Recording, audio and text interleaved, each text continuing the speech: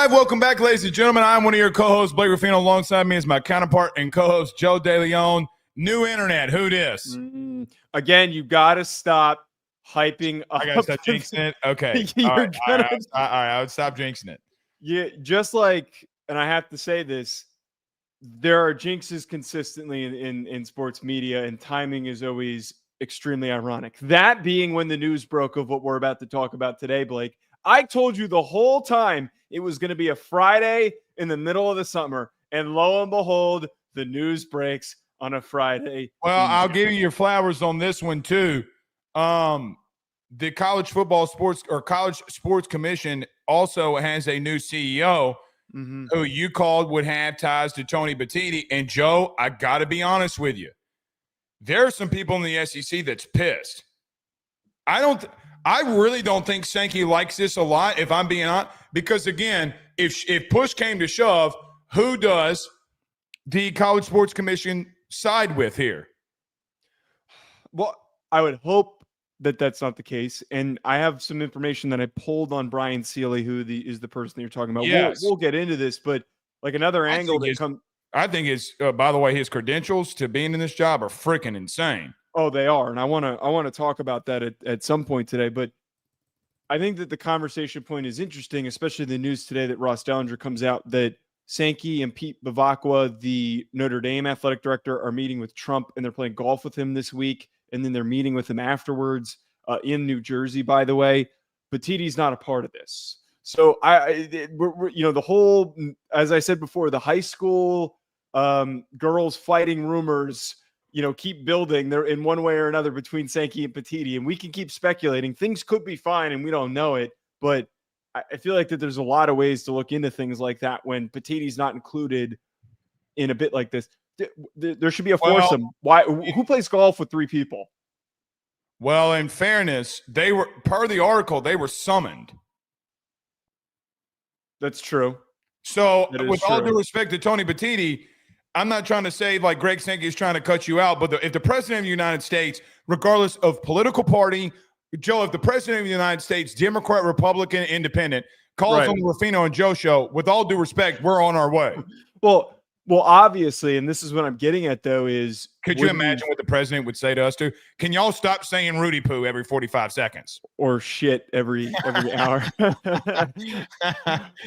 Oh, God. But to this point, though, that like we can always find ways to be like, that seems off. And there's plenty to dig into with what we're going to discuss today, that a lot of things make sense. A lot of things can help fix the sport. But at the same time, there are plenty of things that the vibes can be a little bit tricky.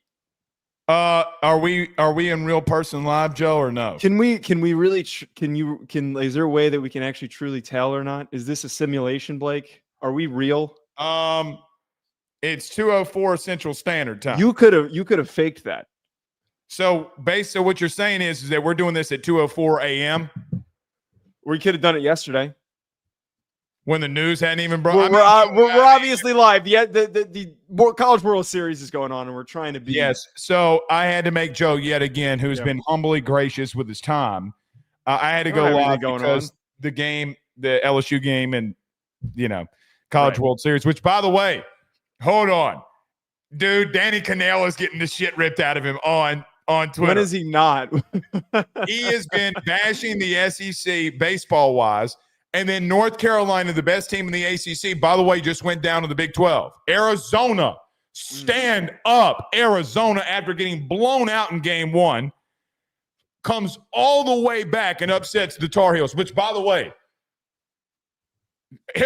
North Carolina is freaking good. And there's no more parity, Joseph. I tell you, there is no more parity. Murray State's going to beat Duke today. Murray State! If only we could have this in college football, which we never will. Yeah, because Boise State's going to keep getting those cheeks clapped. Right. So, but I'm telling you, if you watch college baseball, Joe, you'd fall in love with it. I know you. I'm telling you. I don't have to. The problem is right when it picks up steam and it's happening in the regular season is during draft season, and I don't have time to try and watch. I don't watch any NBA, NHL. Well, don't be the casual guy that comes in college baseball at the end. If you're not, I can't. I'm not going to be that guy. I'm not gonna. Right. All right. So we got really not we got a lot to talk about today here, Joe, but the problem is it's only two topics. The House settlement case has come through. Claudia Wilkin has made her determination. You and I are going to have a debate on something later. I'm not arguing with you. I'm asking because I don't know what this means. I do think that there's a contradiction based off of what the College Sports Commission and what Claudia Wilkin put in. We'll talk about that, but there's a lot to break down in this House settlement case that we need to get to. Also, I guess, Joe, we have a NIL commissioner. We do. They said he was hired. They said that decision had been made. So I don't think that there hasn't been any counter reporting that says that there's other options on the table. The only thing is, I think people get mixed up by when you hear commissioner. He's not the commissioner of college athletics. He is just a NIL commissioner, CEO. So we'll get to that. But Joe, we need to start off with this. There's devastating news coming out of Eugene, Oregon this weekend as Evan Stewart has allegedly / reportedly, fearfully had torn his patellar tendon in his knee. Joe, the wide receiver one at Oregon, unfortunately going down. I got to tell you, let me just say this. I know you're going to think that the way that I'm describing this is nuts. You know, when we go into like Madden or college football 26, 27, I always turn off injuries. I can't stand them. This situation with Evan Stewart it puts a pit in my stomach. Yeah. The number one wide receiver in a money year goes down, Joe. I mean, your thoughts on this? This is awful. Well, I'm completely gutted. He confirmed it in a statement saying that thank you all for the well wishes. I'm on the road to recovery. Don't put a timetable on me. So he's trying to be as optimistic as possible, which is great. And I'm sure that everyone around Oregon is trying to be optimistic as well. I'm gutted just from the college football fan standpoint of I wanted to see what Evan Stewart was going to do this year. He was tremendously athletic, explosive player who first year at Oregon gets into the mix, has a couple of really big games, had this chance to emerge as the primary target with Tez Johnson gone. He was going to be the most gifted receiver that has played under Dan Lanning in one of his offenses and had the potential to outperform what Tez Johnson did and any of these other guys that we've seen over the past couple of years. So we lose him. We don't get to see what he's going to do. It's extremely disappointing. I'm rooting for him in his recovery. I think in 2026 and the 2027 NFL draft, he is going to be one of the biggest names if the recovery goes according to plan. That being said, my very first thought, I think that this sets up Dacorian Moore for a huge freshman season. I have listened to a lot of different recruiting podcasts and Oregon football previews. Dacorian Moore's name gets brought up constantly as a player that people believe could have an immediate impact first season. Not to the degree of like a Jeremiah Smith, but more of a Ryan Williams, Cam Coleman, burst onto the scene, be the team's primary target, have a couple of huge games, help them win a ball game when things are unexpected, and have a huge play that closes the game out. They're hyping up. People around the program are hyping him up to the degree of one of the best Oregon players in program history. Like they think that he could be one of the greatest players that they've had based on the early glimpses. So as much as this sucks, the silver lining is Dacorian Moore could end up shining just like Ryan Williams did this past year for Alabama. There's two things I want to get to that. Number one, when I went to Dallas with my brother and we did the Dacorian Moore commitment, the LSU commitment, Joe, my man was 30 minutes late because he was working out. Love that. It's the best reason possible to be late. I'm going to say this, and I think people understand the connection that I have with him and his family. I love this kid.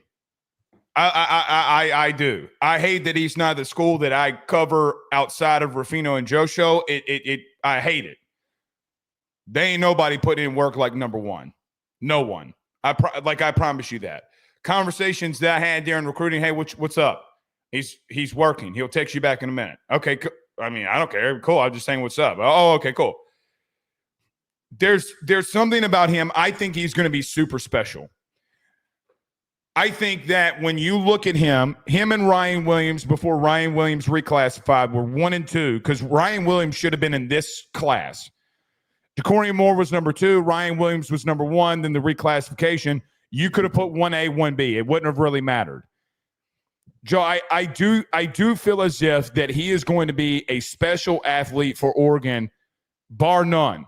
Here's the thing I want to throw out there. The Evan Stewart thing is not a lapse of talent that gets replaced with DeLeone Moore with Evan Stewart. If I'm being honest, and I don't mean to put this in a wrong way, if that's what you're calling the replacement, that's a hell of a replacement to have. But it's not my first thought for me. You're talking about first thoughts, wasn't Corey Moore. I feel like I feel justified in thinking that he's going to be special. Now, he's got to play that out in the field. My first thought was the other Moore that's involved in this, and that being the quarterback, and that being Dante Moore. Joe, there's something to be said about a first-time real true starter in the Big Ten with the expectations that they're going to have and a true freshman receiver, right? Will Howard sat down with Gruden this year, and Gruden broke down, if you remember the interview, about some of the early misses that they had versus the late playoff heroics of timing. And Will Howard saying, listen, it was just a timing issue. But then I just started throwing it out there and saying, go get it. Now, I do think that for me, it's more Dante Moore focused because, Joe, you're talking about a 40-year senior here. You're talking about a guy that played in the SEC. You're talking about a guy that played in the Big Ten at a very high level against the Ohio State team that I just mentioned. Yep. It's going to be interesting when you have a lot of young talent. How do you overcome that? Because, again, this is the first real time that Dante Moore is going to start. And I'm not saying that he's going to be bad at all. I think he's going to be okay. I think he'll be good. But I always think that there comes a question mark with this of not having a very experienced senior that will be there.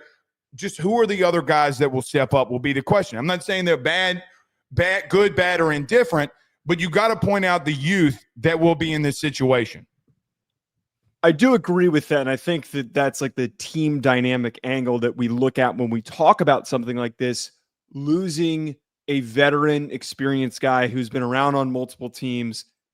When you've got a new quarterback stepping in, it really does help you that you have a veteran leader on the field at receiver. They're also replacing 2 tackles. There is going to be a lot of new faces. This does put pressure on Dante Moore. And I'm not saying that he crumbles under that pressure. I don't think that he will. He seems like he's matured tremendously in some of the quotes that I've read about him and what he's been talking about his experience and why it was amazing that, he kind of got to follow around Dillon Gabriel and sit behind him and see how things were working, and a true veteran and leader where was going to rally the team. But the team that Dillon Gabriel had was a lot more experienced around him than the one that Dante Moore is taking on. So I think that there should be not a concern, but a pause. We need to acknowledge that in the middle of the season, if things not fall off the rails, but if there's a slip up against an opponent they're not supposed to lose to, that's where something like this comes into play. To quickly talk about, though, expectations for the rest of this receiver room, Jeremiah McClellan is listed as the second guy at that X position on the depth chart. He had 3 passes caught for 24 yards last year. He is a redshirt freshman. Right. The other thing that catches my eye is Jurian Dickey, who was once a very highly recruited kid who is 3rd at that X spot on the depth chart. He's a guy that I really hope can step up and play to the potential that everybody hoped that he would have, that he hasn't really reached just yet. There's a lot of guys in here that can do some great things. They're not poorly recruited at receiver. They're one of the best teams in the country. No, not at all. Recruited at skill positions. So they should be fine, but we need guys to step up and play to the expectation that we once had for them. Joe, they have a month to get things right before heading to Penn State, right? So if you remember a season ago, here's another reason why I think it affected me so much. Joe, remember the first month last year for Oregon? You're in a dogfight with Idaho. You're in a dogfight with Boise State. Right. What's the difference? You had a senior quarterback. You had a guy who had been all over the place, knowing exactly how to come in and retake things over. Joey got drafted in the 3rd round to Dylan Gabriel. Like what?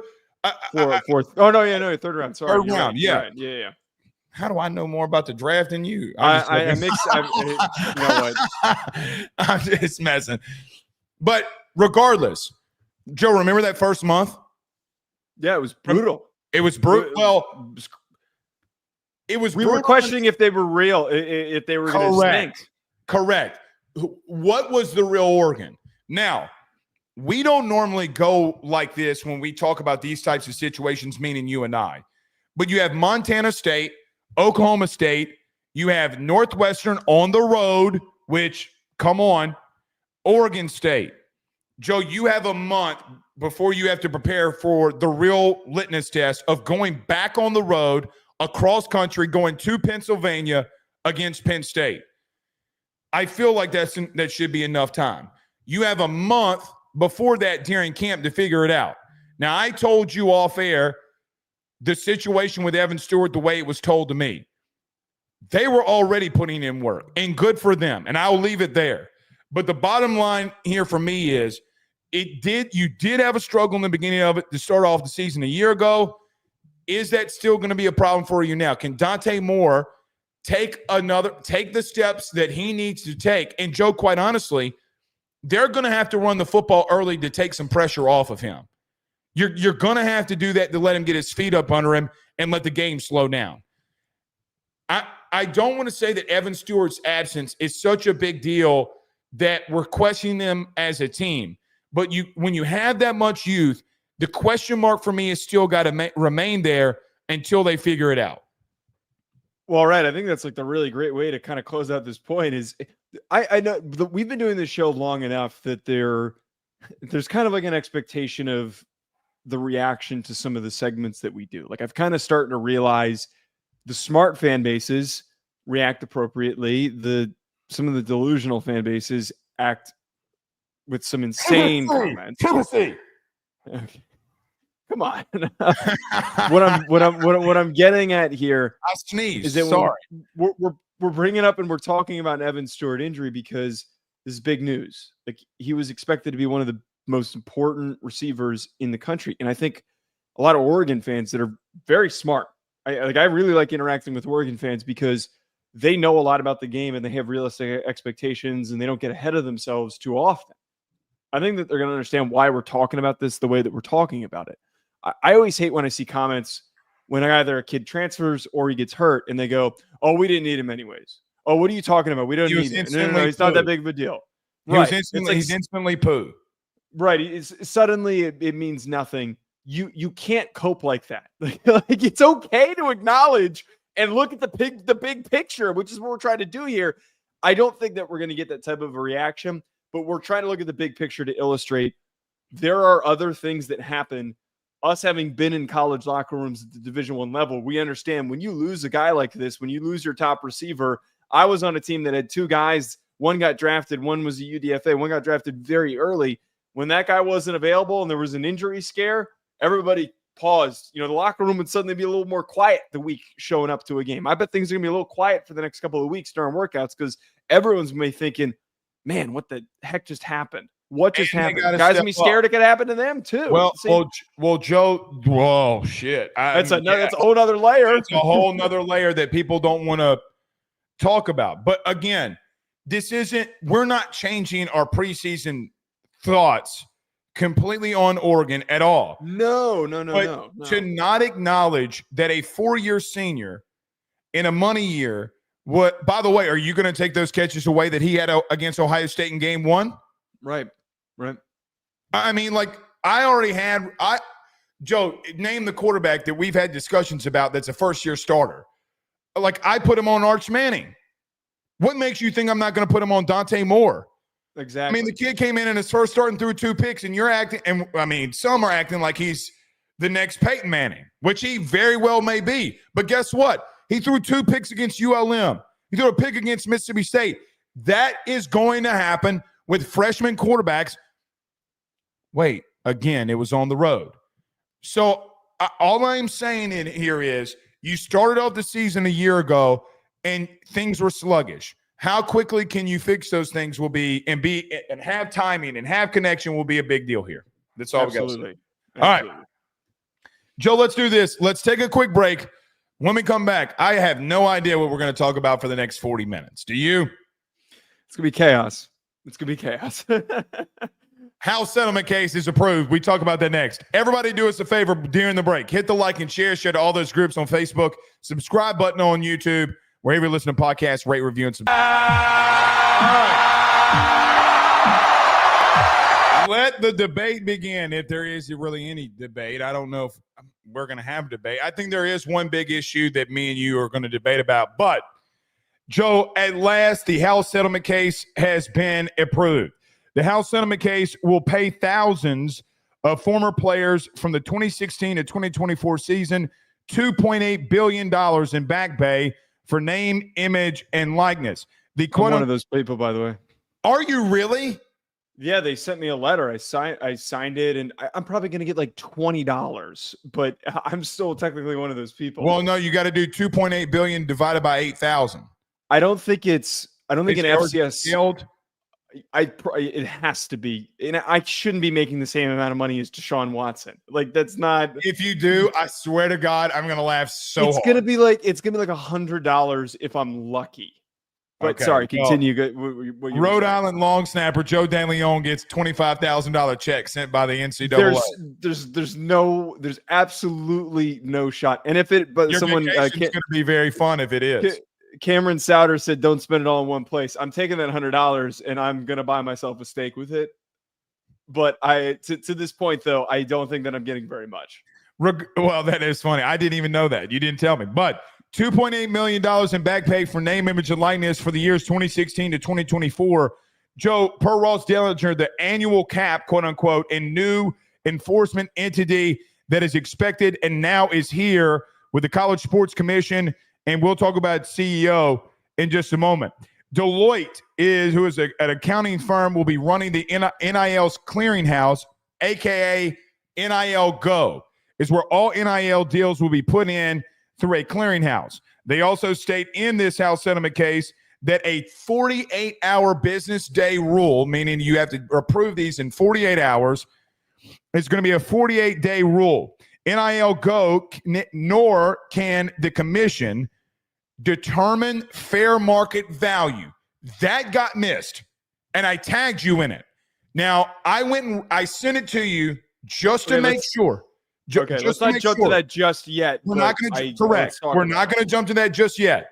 We will get back to that because I think it's an interesting talking point that we got to get to. However, in my humble opinion, that one massively got missed by everybody. Okay. To continue here, Brian, how you say it's not Sealy. Sealy. Brian Sealy, a former U.S. attorney who served with Major League Baseball as the VP of Investigations, is the new CEO of College Sports Commission. He came out with a statement saying that he is ready to take on this challenge for the new CEO role. Joe, Ross Dellinger reports that attorneys are gearing up for legal changes, also with Title IX with cap compensation. Pete Nakos on this as well said that he spoke with 14 agents and that they are gearing up for more lawsuits. Joe, I don't know really where to start here. I try to give a little bit of a breakdown of what the House settlement case is there. Your thoughts on the new age and era of the House settlement case, NIL, and everything that's been going on, and what this really is for college football. So this comment from Cameron is like the first thought that I have, which is he says this sounds like a lot of lawsuits. So all of this in theory, in a vacuum, a lot of the information, there's a crap load of it. There's so much of it that in the last couple of days, we're just at the breadth, we're just at the very cusp of understanding how this is going to change everything. There are going to be a lot of opinions from administrators, coaches, college general managers, scouting staff members, from players. Just there's so many different opinions on how things should be done, will be done, how things are unlawful, unjust. We aren't really yet in stone, in my opinion, at the final bit with this. This is just merely the first step in college sports changing into a direction for the better. We are in that first direction of at least having a ground working for fixing what was a pretty chaotic past few years. We had a number of like really messy, awful instances. The Nico example is the most recent one that helped us realize what we can't allow to happen in the future. I do agree that I think a lot of lawsuits are going to still come from this. I think that what will prevent that is teams and athletes opting into and agreeing that they will abide by the rulings of the College Sports Commission. I think that the roster limits are a completely different layer to this that we can eventually get to. But Blake, I'm just glad that this got approved, because if this didn't get approved, this would have completely exploded and would have become incredibly more chaotic. It would have caused even more problems, unfathomable problems that I don't think any of us could have completely wrapped our heads around. I agree with you that I agree with you on everything. I do think that lawsuits are on the way. I do think that I don't know how you can determine fair market value. So when we're talking about lawsuits coming, I think that's where it's going. Again, not getting there yet. I'm glad that there's a third-party regulation in this, because the conferences were not going to do it, right? Like, the conferences were not going to regulate anything. They said that they couldn't do that. Joe, what I do like about this is it feels like it's a massive step forward to trying to get something in place for the chaos that has been there. When you brought up Nico, what about Bryce Underwood? Like, we have not yet really talked about that whole situation. We have, but we haven't. Like, we haven't talked about that a billionaire whose wife went to Michigan said that she wanted a quarterback, and Dave Portnoy put up a shitload of money to go get a kid. I mean, other than selling T-shirts, what other is the NIL? So, well, that none of that is going to be, to this point, something like that is now not going to be permissible. We're not going to see that. So we happen. think. So we think. Okay, go ahead. Sorry, continue. I'm cutting you off already. The federal court system in Tennessee, I quoted this, stated in the Nico situation, when Tennessee got caught in reference to having a booster fly him from California to Tennessee, that players or potential players for any university can have NIL discussions in high school. I got to be honest with you. So if the NIL clearinghouse says, okay, well, schools or businesses or whoever can't talk to a high school recruit, I have federal mandate that says that I can. So there already is things with the whole Nico situation, with everything that's played out. Joe, why can't they? So I think with this part of this, what you're saying is correct. And it kind of goes in line with how I opened the segment, that like we're really just at the very beginning of this, because one of the things that was brought up I think it was Ross's article, was mentioning how that there is a second step to this. And the quote that I have was, step 2 may be even more difficult. Lawmakers providing a congressional bill to codify the settlement terms and to protect the NCAA and power conferences from legal challenges over enforcement of their rules. So you are right that that is merely just one example of probably hundreds of misinterpretations, challenges, any instance where people feel that the College Sports Commission and this new framework are not fair. We need, and this goes in line with what we talked at the beginning of the show, with Trump meeting with Sankey and Pete Bevacqua and then forming the commission, we do need federal legislation still. I am hoping that because this settlement goes through, that this issue gets expedited, that it is very important, and realize that it has to happen now, because if they wait 2 years to figure this thing out, it's only going to complicate the mess even further. We're going to go backwards so far that it's going to be impossible to go forward. There's going to be too many lawsuits to keep up with. But to this point, that needs to be the biggest step. Well, and it only takes one. legislation. Well, and it only takes one. Right. As we saw over the last 2 years, it took one to turn into $1 million.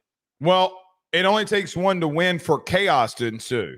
Right. Nico's federal court case and them winning set off a chain reaction within the last, let's just call it 16 to 24 months, that boosters and teams were doing whatever they want. If you come to X school, we're going to pay you X. This is what we think that your market value is. Joe, I don't like the only thing that I could think with this Sankey and I always want to call him Bevilacqua like it's the freaking Sopranos. Bevacqua. But Bevacqua is, can Trump, and we are not being political, we're talking about football here. Can he sign an executive order stating that they have to be mandated by this? But here's my question on that. Again, he can sign that executive order. How can you stop a kid talking to a school about NIL? And my only thing about this would be, from a player standpoint, would be, let's say school A and school B is the two schools that I'm deciding for. Why can't I have conversations with them about what is going to happen? I don't think that is a problem. Like, I don't think that part is a problem. I don't disagree with that, but the problem is that we have to set we have to set the barrier somewhere. We have to set the line somewhere of saying, like, okay, this can't happen, therefore everything else related to it can't happen, if that makes sense. But my question is not that I disagree with you on setting the line. The question is where's the line? That's why we need federal legislation to determine that line. On what? And then my question becomes, at what dollar amount? It has nothing to do with the dollar amount. It has everything to do with the inducement. It has everything to do with if it is trying to persuade a player to come play for the university. It's always, if I offer more, it's always to persuade somebody to go to my school versus another. But wait, so I might be butchering this.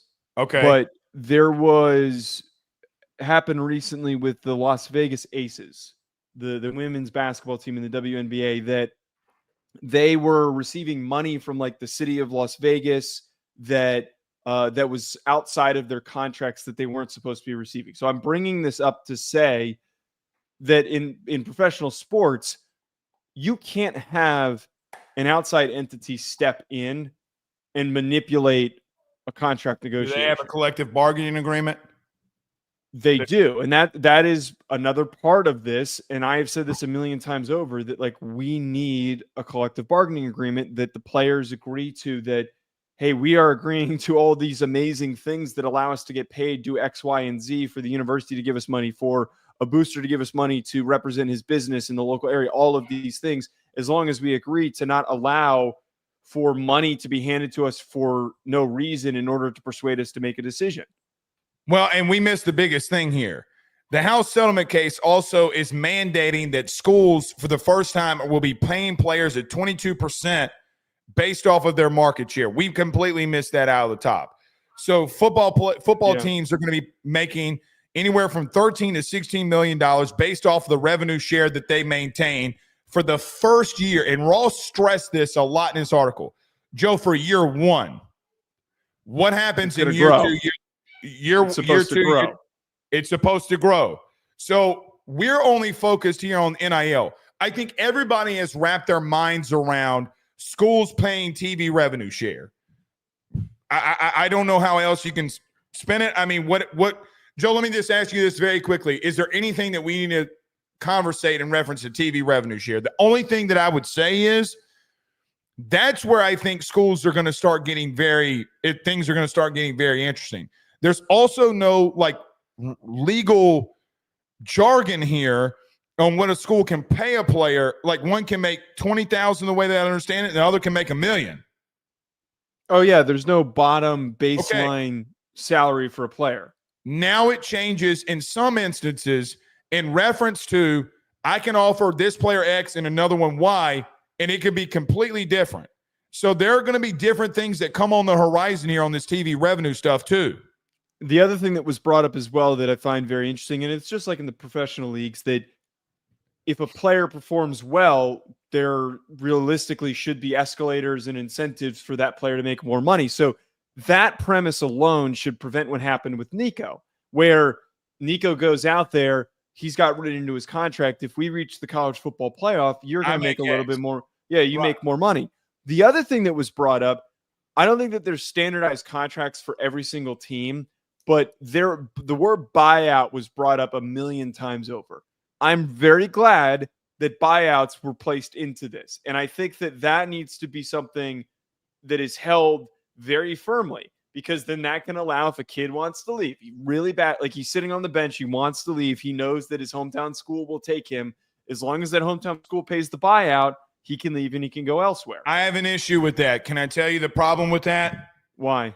Coaches are cutting players around the country and hitting the portal. So if a player gets cut and has to go in the portal because they don't have a roster spot for him, if he goes to another school, is there a buyout? Well, I would assume, I'm not a buyout expert, but I would assume that the buyout works both ways, that if you sign him to a 2-year deal and you need to get rid of him now, you need to tell him, like, we will pay your buyout in order for you to enter the transfer. Or we'll waive, just like it happens in the NFL. Or we'll waive the buyout. You can go wherever. Right. I am not going to entrust in very greedy human beings from allowing that to happen. It's fair. So there's another issue there with the player. Joe, let's just be honest. Kids are getting cut in the Big Ten and the SEC left and right. I mean, like, I don't think that we can determine that. Now, go ahead. I was going to say, I will say, in this kind of lines with the roster, there's now roster limits. There's now going to be roster limits. That's where I was going to go. Let's talk about the roster limits. I think that there is a lot of ways to kind of look at this and think that it's a negative, and I reject that premise. I don't think that it's a negative. And the reason why I think it's a positive is that we're not going to see teams just go around stockpiling talent and just building up depth and having really deep rosters. And I want to prevent, I don't want to see, and I think that this has been one of the biggest negatives in the sport that has been killing college football, is that you have a kid who's like a good football player at Montana State or a good player at Kent State, and he might get interest from a low-level P4, and then he might get interest from a big top SEC program, and then gets, signs that deal under the understanding and stipulation that he's just going to go there and be a backup. I know guys get all the time, they get paid like $75,000 just to be a backup offensive lineman. I think that we're going to be able to disperse talent a little bit better, and that some of these teams are going to be a lot more competitive than they've been over the past couple of years, because now there is a limit to how many guys can suit up for a team. Let me ask you this question in reference to the roster limit, the way that you just described it. Here's my understanding. How do you determine when you sign a kid if he's going to be a backup or not? Well, a lot of teams have been very direct in saying, we're bringing you in here, you're not going to play. We already have established starters. You're just going to sit. Let's just say they don't say that from here on out. Again, how do you enforce that? Well, there's no enforcing. It's just like in the NFL that if you're a backup, if you're a quarterback who could start for a team and they've already got a quarterback who's, on a $150 million contract, you and your agent are going to be smart enough to evaluate that circumstance. Reese Poffenbarger is a very random specific example. Albany quarterback who threw for 1 million yards and was one of the best players in the FCS. He went to Miami. And he went there to Miami with Cam Ward. Has anyone heard of Reese Poffenbarger? No. He would have been better off at Kent State. I understand what you're saying. But I do think, for what it's worth, that everybody, I'm not saying you, everybody claiming that the roster limit thing is such a great thing has absolutely no idea what these teams will do. It's fair. I understand. I really do. And I mean this humbly. Are we outside of our box on this one? Like, because I understand the premise. In theory, it sounds good. We're talking about human beings that have been paying kids under the table and doing crazy shit over the last 4 years. You really think that they're not going to get creative and stop that now? Well, I'm sorry, Joe. There are definitely going to be kids that get screwed over, but I think that if kids and agents are smart enough to evaluate, look, they might be offering you a lot of money. And they're going to get, if their contract's being given to you and you're getting offered $200,000 to come in and compete for a starting job, and you lose that job, at the very least, you're getting $200,000. And there's going to be teams that, with the It's a waste of money on the school's part if they do that. Joe, they don't care. I understand that. Joe, you think Texas is going to spend $40 million on a roster this year if they want to go get, which they did this year, by the way. Yeah. So they brought in 2 backup quarterbacks behind Arch Manning. Do you think that they give a flying Rudy Poo about those 2 kids? No. It's a security blanket in reference to, God forbid, Arch Manning goes down. At least we have somebody there with experience. If you now have a roster limit, you can't have 7 quarterbacks in the roster. You now have to probably keep 4 or 5, and 2 of those kids. Yeah, but Joe, they do have 4. That's my point. They don't have 7. They're still going to get away with that. I don't know. I don't know if I completely agree with it. Like, Joe, I understand that scholarship limit, and portal kids at quarterback go in there every year. They're just going to figure it out. They're still going to go. Okay. I understand what you're getting at, that they're going to find workarounds and stuff like that. But like, if there is a hard limit to the amount of players that are on a team, there's no more walk-ons or any of that shit. There's a hard limit to the 85. Why would they waste roster spots on bringing in a bunch of quarterbacks that they don't need? Joe, for depth. But they only have 85 spots. Joe, right now, every team in all of college football has maybe 3 scholarship quarterbacks right now. Okay. If they only have 2, let's just say a kid from the FCS goes into the portal and has a lot of experience, Texas, like they did this past season, will get in the mix just in case Arch Manning goes down. Okay, I understand what I completely in the NFL all the time. I completely understand starting him over Arch Manning. I'm not. I don't like that part. I am completely understanding, but that will happen at every position. I'm talking about, but there's a limit. You can't just keep bringing in kids. There's a limit. They've always had an 85 scholarship limit, bud. They've always had an 85 scholarship limit. So there's always been a cap. It hasn't been a position cap. I think. No, wait. Hold on one second. There have still been, understandably, they're still paying guys to come in and be walk-ons. I'm talking about those guys that have been on the very back end of the roster that come in and are just sitting there, that aren't playing. Those guys aren't just coming in and we're not talking about walk-ons here. That's Poffinger going to Miami is not a walk-on situation. Okay. I get that. And he wasn't. I'm trying to just merely point out that an example like that doesn't happen as likely because teams are now restricted to how many players are on a team. There are plenty of guys. Wait, but has there not already been? There has been, but there's plenty of guys that will go to Texas or will go to Florida State. I had a teammate who transferred to Florida State as a walk-on, and they were paying him. They were still paying for his school. He was still technically on scholarship because they gave him an NIL deal that covered his tuition and everything. Sounds good. Those guys don't leave FCS schools anymore. They stay.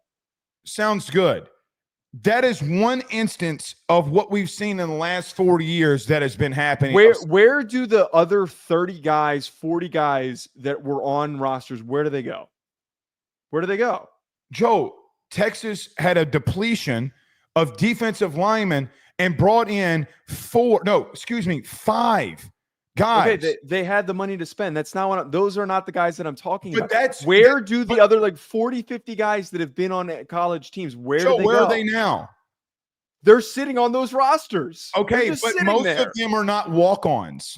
Most of the guys that are happening right now are scholarship players. And if you do position roster caps, they're going to figure it out like the NFL figures it out. It's the same instance. But I'm asking you, Joe, does Texas have wait, stop. Forget the scholarship limit. Does Texas have only 85 players that are on the Texas? Yes. They have more than 85 players. 100-something players. Walk-ons. Joe, I'm specifying. Name the kid that was a big time. We're having two different conversations. No, we're not. No, we are not. Because I'm talking about all of Joe, those you're the not guys that listening. exceed the limit. No, you're not listening to what I'm talking about. Joe, and I'm asking you to give me an example of a big time player somewhere else That's wasn't not what I said, though. But that's not what I said. But that is what the roster limit is trying to prevent, and it's not going to prevent it. If a kid from the FCS wants to go to Florida State and they have 2 scholarship quarterbacks, he can go there and they can pay him. They absolutely can. Okay, but that's not what how does that stop? That doesn't need to be stopped. That's not what I'm saying needs to be stopped. I'm talking about now that the roster size has shrunken. There are like a huge grouping of bodies of kids that just are on teams that are practice squad players that are like 6th, 7th down on the list of all these teams. And guys that if they got everybody knows from where they played in high school and stuff like that had offers to go play at G5 programs, FCS programs, but they opted to be walk-ons, backup players at big programs. I'm saying that those players now, people want to claim that it's bad that they no longer are part of Texas or Alabama or whatnot. I'm saying it's better that there's now an injection of that talent being able to go play elsewhere. That's what I'm talking about. Okay, and that's not the situation that I think that they think that they're trying to get with this roster limit. In my humble opinion, it feels to me that they think that a scholarship kid in the FCS isn't going to go in the portal and be a scholarship player at Texas and get paid for it. I don't think that was what the purpose of creating the roster limit was for. Well, it was for so that schools don't have they don't have all this revenue sharing money that they have to find ways to pay every single player that's on their roster. They're trying to Joe, there are teams that don't name a school that's gotten in the NIL era that has officially been at the 85. With all due respect, it's not going to be every one of them. Wait, what do you mean?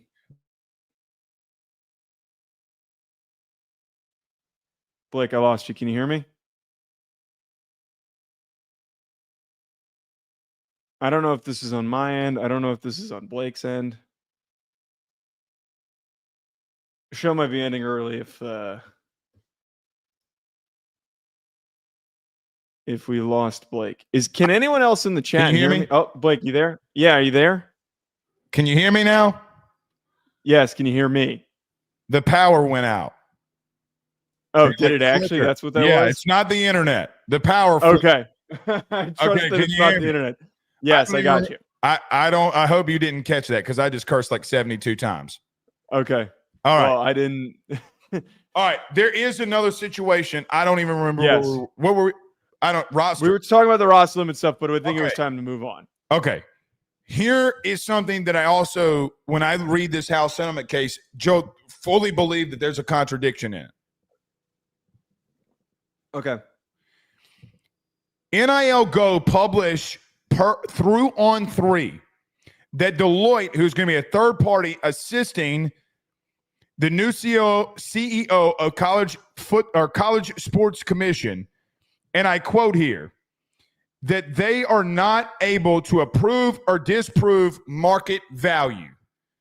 Now, someone's going to have to explain to me how this works, because from what I understand, if Deloitte and NIL Go cannot approve or disprove market value, then what are we doing?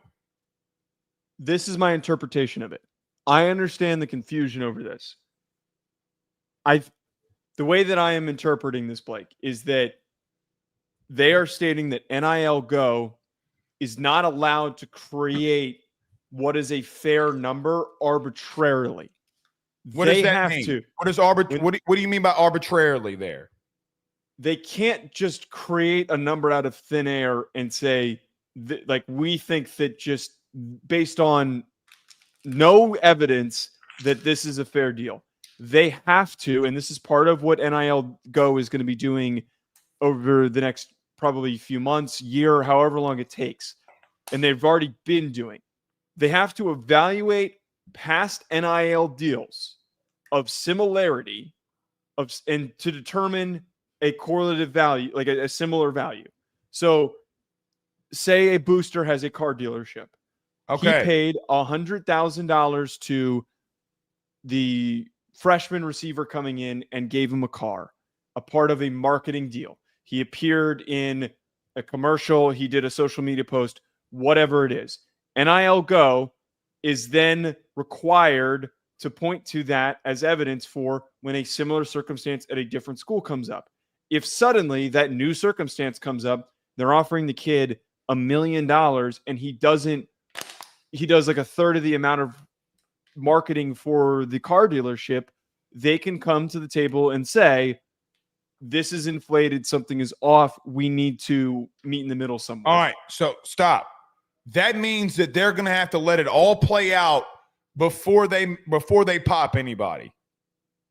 Yes, I think, and I will be very upset like you should be, and it sounds like you would be too, if suddenly, as soon as this is established, they're just sniping people. Like they're just all over the place, like immediately just taking shots and firing. I don't think that's going to happen. Well, hold on. I don't think that they can. Let me tell you why. Because they came out per NIL Go that they have a 48-hour business clearing.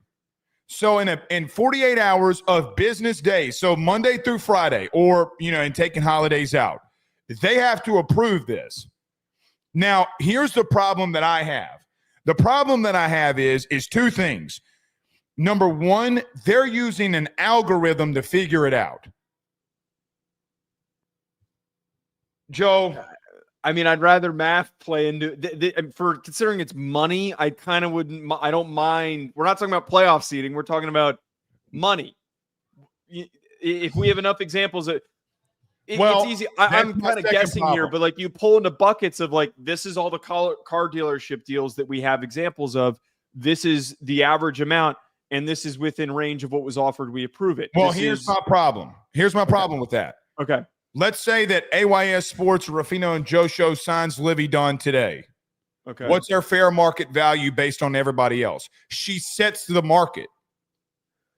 You're right. She does set the market. So then what?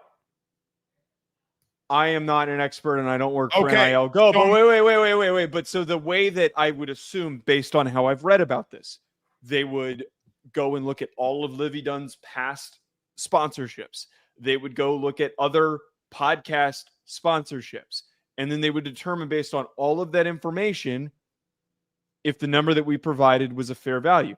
I mean, I would assume that this actually works in the opposite direction, that if we completely somehow convince her to take way less money than she usually does, I would assume and hope that Deloitte and NIL Go would come out and say, like, this is not a fair value. But the other side of it, if we offered her $20 million and she usually only makes $2 million, I'm sure that would catch their attention. Okay, well, hold on. And then she suddenly ends up transferring to Notre Dame or something like that. I think that everyone would raise a flag. Okay, I got that. But if Bryce Underwood, as an example, goes into Michigan and they win and they make a playoff, there is no market value for him.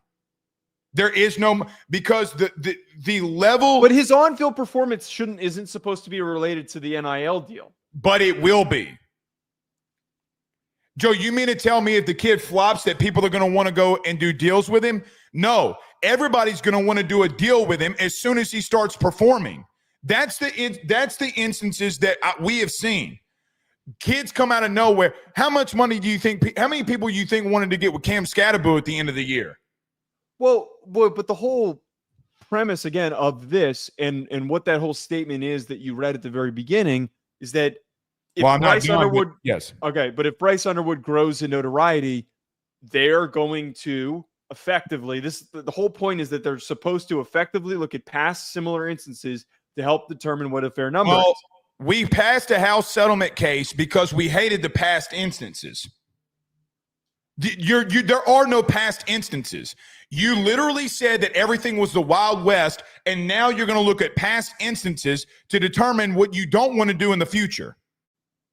So there were some legitimate deals. Sure. Some obviously were not. So they're going to look at the legitimate ones and the non-legitimate ones. How do you determine what is and isn't non-legitimate? If a kid was paid a large amount of money and he made a decision to go to a school based on that, and he didn't, he didn't perform any sort of marketing or that name, image, and likeness requires you using your name to market a business, a product, the university can be marketed in this circumstance. Absolutely can be. If you get paid and then nothing happens, that is a fake deal. I do agree with that. However, I think that the wording here is really bad. It's very bad. They came up with a solution that Deloitte can pop a transaction, say that they think the value is $50,000 and someone is offering $100,000. Deloitte can disapprove. How are you? But then you came out earlier and said that you couldn't disapprove it. Now, here's the thing I want to point out. The second attempt, if you bring it back, say that Deloitte disapproves an NIL contract, it goes directly to the CEO. If the CEO rejects it, guess what they got to do then? Guess what they got to do? What? They got to go to court. Right. Arbitration. Good luck. You can, Joe, it's going to be a hard day in hell that the court is going to disapprove a contract. It's a contract between two parties. But the problem is, and I brought this up with the Las Vegas Aces example. That's a different. We can't go there. Yes, but yes, we can't go there though, because they have a collective bargaining agreement. Okay. The main problem that comes from all of this is that there does need to. I'm just going to keep repeating this, not to like go after you, but just keep repeating this until it happens. We need federal legislation. Like we need some sort of hard thing that the courts go to. There's holes that need to be resolved and filled with federal legislation. The only way that we fill it is by having the court has to be able to look at every single time and go, well, this is what the law says. The reason why right now it's so chaotic is that lawyers, agents, whatever, are trying to interpret words that don't actually have meaning. I know that's a crazy thing to say. Bingo. That's where I was going. They don't have meaning. So I got to be honest. As of right now, as of today, there are three things that I got to see here before we get and talk about the CEO. Number one, Joe, I am so intrigued to see what happens when somebody gets disapproved. Oh, buddy, I am so intrigued. There's no bigger fight in college football in the 2025 season than when a kid gets disapproved and this shit goes to court and they lose. I think that the sports commission is going to win more than we realize. Like I really do. Hey, I'll bet you $1,000 right now that they don't. Because until you but by the way, when the president of the United States does an executive order, we're seeing this every day, not again trying to be political. His executive orders are getting shot down in court that even if he signs it, a judge can say, no, this can go on.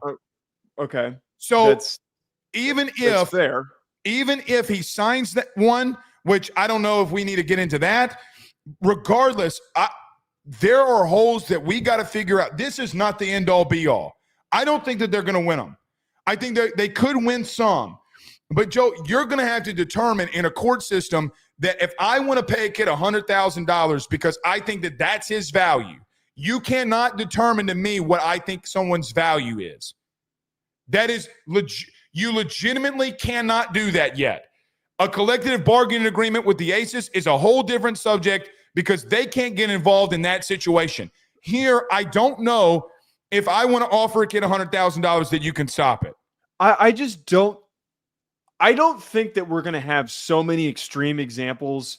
I think that we would need an extreme example where the amount that is offered that it's a completely different type of extreme example. It's more so that like if the number is so inflated compared to what the rest of the market value is, I think it's going to require an instance like that in order for the sports commission to completely deny it. Matt Anderson kind of pointed this out in the chat where he said it's adjustable.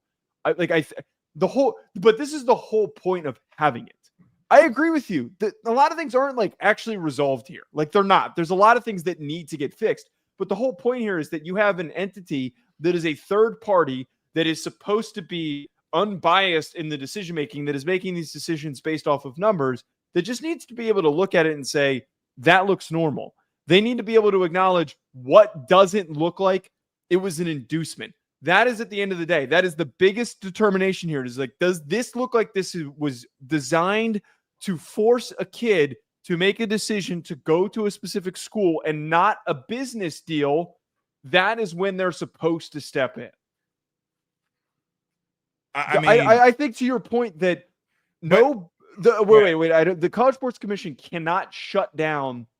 To your point, they can't step in and all of a sudden and be like, well, you can't pay this kid X amount of dollars, but they can step in and say, this was a manipulation tactic in order to persuade this kid to go and do something. That is the whole purpose of this. Well, not to say that he's getting too much money. I got to be honest. Then now you have to get past the Tennessee court system ruling with Nico, which is already in play. That a kid can talk to both institutions to figure out what is best for his decision. And I got to be honest with you. If my son was getting recruited by Ohio State and let's just say Texas, and Texas offered more, how can you not call it an inducement? And then, by the way, why am I not supposed to make the right deal for my son and figure out every single entity, every single detail? But it's not coming from, in this circumstance, it's not coming from the school. The whole point is that, like, if a booster suddenly, what they're trying to prevent is they don't want the Larry Ellison stuff. You're right. Bryce Underwood is a great example. They can't just have some millionaire walk in and go like, here's a bunch of bread, come play for us. Here's a bunch of money. That's what they're trying to prevent. They can have the conversation. They're going to do that shit quietly now, but it still is going to continue. And someone's going to get smoked. Once the first person gets smoked for trying to do that, that is when all hell will probably break loose. We might need to keep talking about this tomorrow because obviously we're kind of up on time, but we might need to talk about this. Do you want to get to the tomorrow. CEO today, or do you want to wait until tomorrow? Why don't we get to it tomorrow? Because I've got Hack City coming up, and like, why don't we? Because we can. I'd really like to talk about that for like 20 minutes. Well, look, I think that's here's the good thing in your and I discussion. Yes. You and I are having conversations, which I love having conversations about this before we leave. Yes. About what is the best thing for the sport. I'm coming in at it from an angle of, Joe, I see this, I want it, but I don't know if it's all set in there. And I think even though we do disagree on some instances, I think me and you are on the same page of, I hope and pray to God what you are saying is going to happen will happen. That's the key, is that we need to sit here and continue to have these conversations, and more people need to have these conversations so that we can evaluate the problems and find them, because just because the settlement goes through does not mean everything's fixed. It doesn't. By the way, I'm about to start doing me some more NIL deals. By the way, hold on. Before we leave, we try to get a starting quarterback on this show, and they were asking for seriously crappy high altitudes of and then that guy stunk afterwards. And the kid stunk. That was upsetting. That agent was out of his mind. We asked for a 5 to 10 minute interview, and we said we would pay him. I think we offered to pay him a couple $100, which is like 10-minute interview, $300, I think is what we offered him. Yeah. And they asked for like multiple thousands of dollars. No, if NFL you remember, it was $5,000, $1,000 a minute. And that guy stunk. That guy is now at another school right now. I should have taken the money when we offered to him. I'm sure he'd love to have that money. See you tomorrow. You have a good day. Peace.